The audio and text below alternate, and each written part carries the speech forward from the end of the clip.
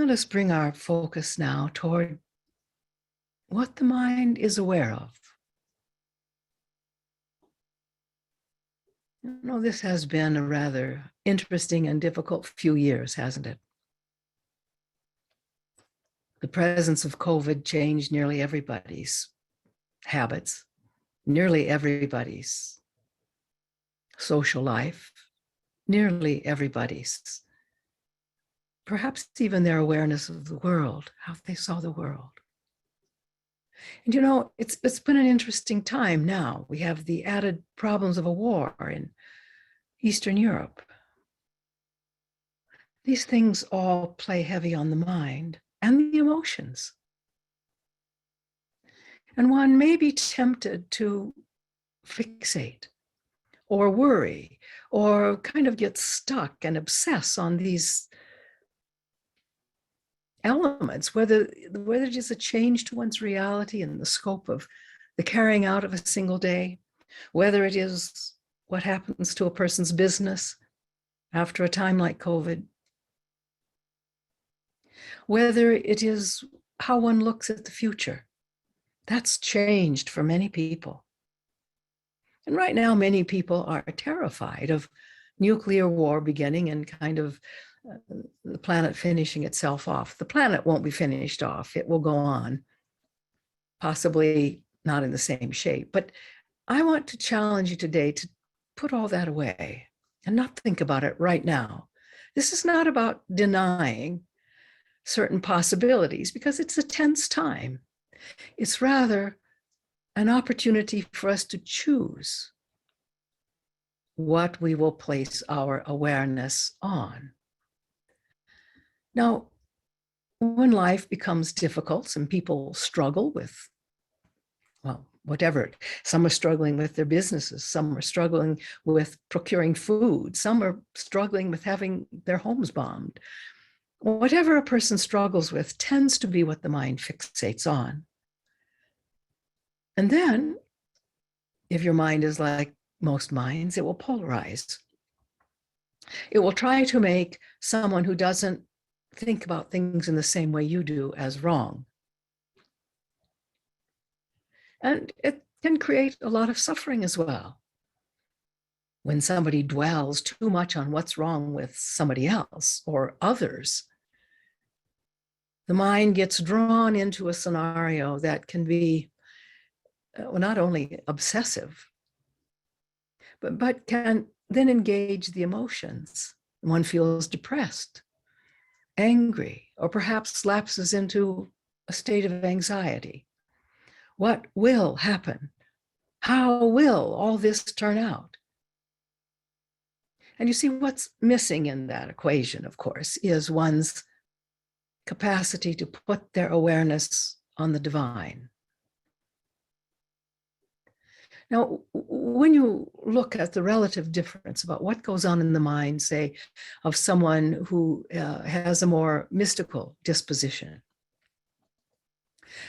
versus someone who has a more practical vision of reality, one sees the divine everywhere, even in the struggles and the messes. As Thich Nhat Hanh always said, no mud, no lotus. And those of you who have been around lotuses growing know that the mud in which they arise is often fetid. Sometimes it's pure sewage. So the mud stinks. No one likes the mud. And yet, what comes out of it is this beautiful flower with a heavenly fragrance. Now, that fragrance doesn't always override the fragrance of the mud, but nonetheless, there would be no lotus fragrance were there no mud in which it could grow. That seems so simple, doesn't it? It seems so obvious. So why am I even mentioning it? Everybody knows that. Well, there's knowing about that, knowing about lotuses and knowing about mud, and that's part of it. But at another level, knowing the lotus is quite different. even knowing the mud. So what we have to say is that humanity is currently in kind of a muddy phase, isn't it? You have one age passing away that produced a lot of karma, a lot of non-clarity, a lot of distortions. And frankly, in much of the Piscean age, people didn't treat each other very well. Oh, there were always some who were always kind, of course. But if you look at the overall movement of humanity through this age, it became very heady. In other words, people thought a lot about things and tried to figure out a lot of things and kind of went as if what their mind told them, what their thoughts brought into consciousness was real.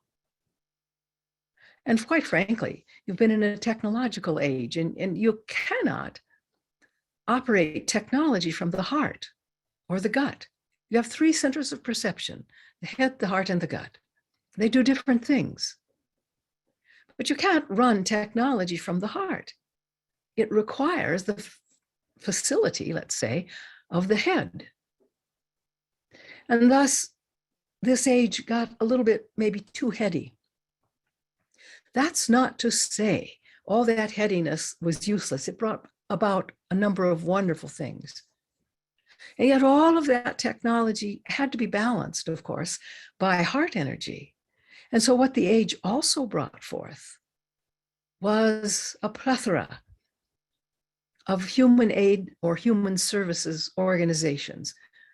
Sometimes they're called nonprofits, but they go around the world when there are natural disasters or wars, and they try to get food to people and get them fed as well.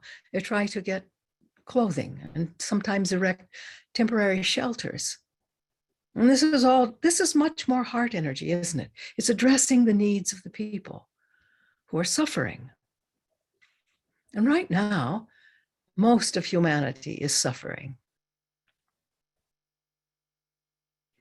And the problem is we can't really address the suffering exclusively from the head, can we? We have to move into that heart area where one can love and not just know how to accomplish things. That's very valuable. But it doesn't always ease suffering. Now, if we bring the head and the heart together, as some human service organizations do, they figure out how to build houses for people who don't have a place to live. In the US, the Carter Foundation is very active in building houses for people. And that takes a little bit of gut energy as well. That's the part that gets out and gets the work done. The head figures out where the need is greatest, how to procure the materials needed, how to draw up the plans. And the heart is able to do all of it because it really wants for people not to suffer. But what I find, and it seems not to matter really what kind of suffering it is, for most people, when they experience suffering, they tend to forget about the divine.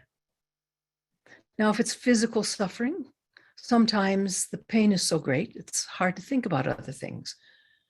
But at other times, putting the mind on something more spiritual really helps ease the pain.